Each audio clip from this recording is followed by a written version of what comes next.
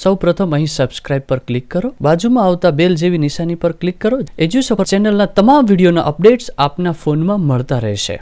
નમસ્કાર મિત્રો, હું પરેશ ચાવડા એજ્યુસફરમાં આપનું હાર્દિક સ્વાગત કરું છું. ફરીવાર આજે ઉપસ્થિત થયા છે આપની સામે દિન વિશેષનો એક સ્પેશિયલ વિડીયો લઈને. તો આજે આપણે વાત કરીશું 8મી મે રેડ ક્રોસ દિન તરીકે ઉજવાય છે. તો આ રેડ ક્રોસ દિન શા માટે ઉજવાય છે, તેની મહત્વતા શું છે અને તેની શરૂઆત ક્યાંથી કરવામાં આવી, કોના દ્વારા કરવામાં આવી, આવા અગત્યના મુદ્દાઓ છે એની ચર્ચા આપણે આ વિડીયો અંતર્ગત કરવાના છીએ. તો ચાલો સૌપ્રથમ શરૂઆત કરીએ રેડ ક્રોસ સંસ્થાના સંસ્થાપકથી. ખાસ કરીને આપણે જણાવી દઈએ, જીન હેનરી ડ્યુનેટનો જન્મદિવસ 8મી મે 1828ના દિવસે થયો હતો. તેથી તેના માનમાં આંતરરાષ્ટ્રીય રેડ ક્રોસ દિન ઉજવવામાં આવે છે. તો મિત્રો, આ જીન હેનરી ડ્યુનેટની આ દેન છે એ કહી શકાય કે જેની શરૂઆત બાદ આપણે આ દિવસ છે એ ઉજવતા થયા છીએ. ત્યારબાદ વાત કરીએ વર્ષ 1858માં ઓસ્ટ્રિયાના યુદ્ધ વખતે જીન હેનરી ડ્યુનેટે પુસ્તક લખી અને ઘાયલ સૈનિકોની સારવાર માટેની સંસ્થા છે એ સ્થાપવાનો વિચાર કર્યો હતો. ત્યાર પછીનો મુદ્દો જોઈએ તો રેડ ક્રોસ સંસ્થાના સંસ્થાપક સ્વિટ્ઝરલેન્ડની એક બેંકના માલિક હતા અને જે જીન હેનરી ડ્યુનેટ નામે ઓળખાતા હતા. ત્યાર પછી રેડ ક્રોસ સંસ્થાની સ્થાપના વર્ષ 1863માં કરવામાં આવેલી અને વડુમથક જીનીવા ખાતે તૈયાર થયેલું. આ સંસ્થા international committee of the red cross નામે પણ ઓળખાતી હતી. તો અહીંયા આ મુદ્દો આપણા માટે મહત્વનો રહેશે કે આ સંસ્થા છે international committee of the red cross તરીકે ઓળખાતી, અથવા તો એક મુદ્દો એવો પણ બની શકે કે રેડ ક્રોસ સંસ્થાનું વડુમથક કયું છે, તો આપણે અહીંયા જીનીવા છે એને ઇન્ડિકેટ કરી શકીએ. અને ત્રીજો એક મહત્વનો મુદ્દો અહીંયા આપણી સામે રાખવાનો પ્રયાસ કરીએ તો એ છે કે રેડ ક્રોસ સંસ્થાની સ્થાપના એ કયા વર્ષે થયેલી, તો 1863નો મુદ્દો છે એ આપણી સામે જરૂરથી આવવો જોઈએ. ત્યારબાદ વાત કરીએ international committee of the red cross સંસ્થાને 3 જેટલા નોબેલ પારિતોષિક શાંતિ માટેના મળેલા છે. તો અહીંયા આપણે તેના વર્ષની વાત કરીએ. પહેલું નોબેલ પારિતોષિક તેને વર્ષ 1917માં મળેલું, બીજું નોબેલ પારિતોષિક 1944માં અને ત્રીજું 1963ની અંદર મળેલું.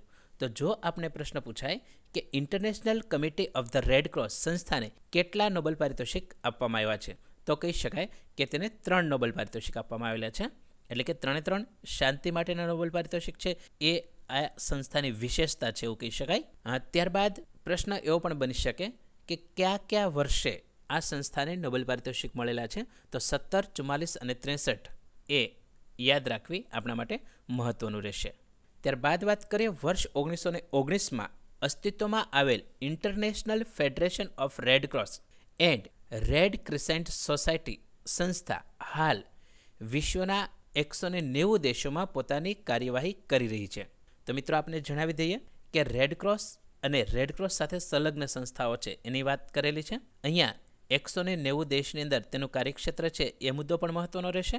અને 1919ની સાલ કે જે international federation of red cross and red crescent society છે એની સ્થાપના થયેલી એ પણ મહત્વના રહેશે. ત્યાર પછી વાત કરીએ આંતરરાષ્ટ્રીય સ્તરે રેડ ક્રોસ સંસ્થા કાર્યરત છે.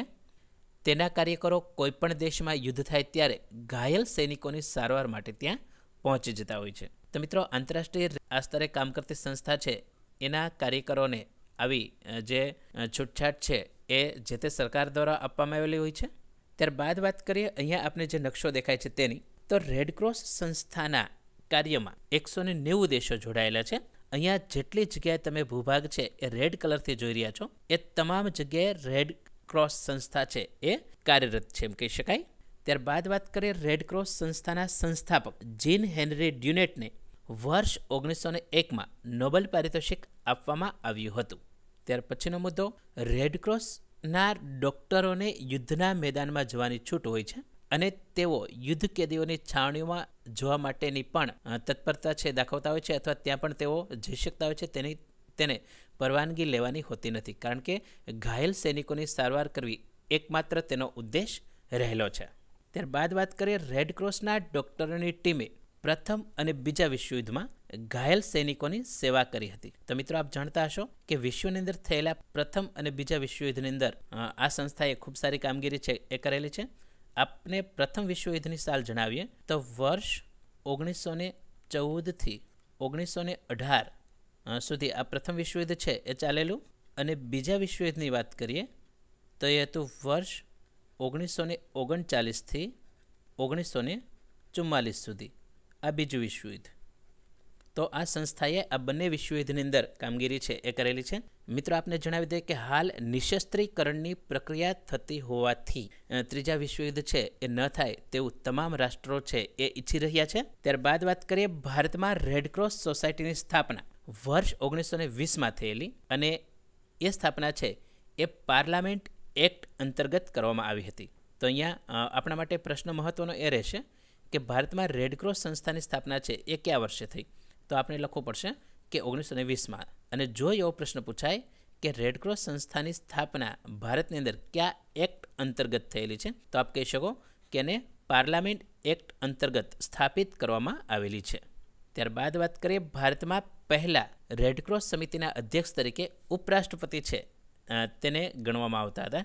એટલે કે ઉપરાષ્ટ્રપતિ છે એ રેડક્રોસ સમિતિના અધ્યક્ષ ગણાતા. પરંતુ વર્ષ 1994માં રેડક્રોસ એક્ટમાં સંશોધન થયું, અને એ સંશોધન બાદ રેડક્રોસ સમિતિના અધ્યક્ષ રાષ્ટ્રપતિ તેમજ સ્વાસ્થ્ય મંત્રીને બનાવવાની ભલામણ છે એ કરવામાં આવેલી. તો આપણા માટે મહત્ત્વની વાત અહીંયા એ રહેશે કે હાલ રેડક્રોસ સંસ્થાના અધ્યક્ષ તરીકે ભારતમાં કોણ કાર્ય કરી શકે? તો અહીંયા બે વ્યક્તિ છે એને આપ મૂકી શકો, એક રાષ્ટ્રપતિ અથવા તો સ્વાસ્થ્ય મંત્રીને મૂકી શકો. જોઈએ મિત્રો આજનો સવાલ, રેડક્રોસ સંસ્થાનું વડુમથક ક્યાં આવેલું છે? તો મિત્રો, અમારા સવાલનો અચૂક જવાબ આપજો અને આ વિડીયો અંતર્ગત આપના પ્રતિભાવો છે એ પણ જણાવજો. આશા છે કે આપને આ વિડીયો છે એ જરૂરથી પસંદ આવશે. તો અમારા વિડીયોને જરૂરથી લાઇક કરો, તેને શેર કરો અને અમારી ચેનલને જરૂરથી સબસ્ક્રાઈબ કરો. આ વિડીયો જોવા બદલ આપનો ખૂબ ખૂબ આભાર.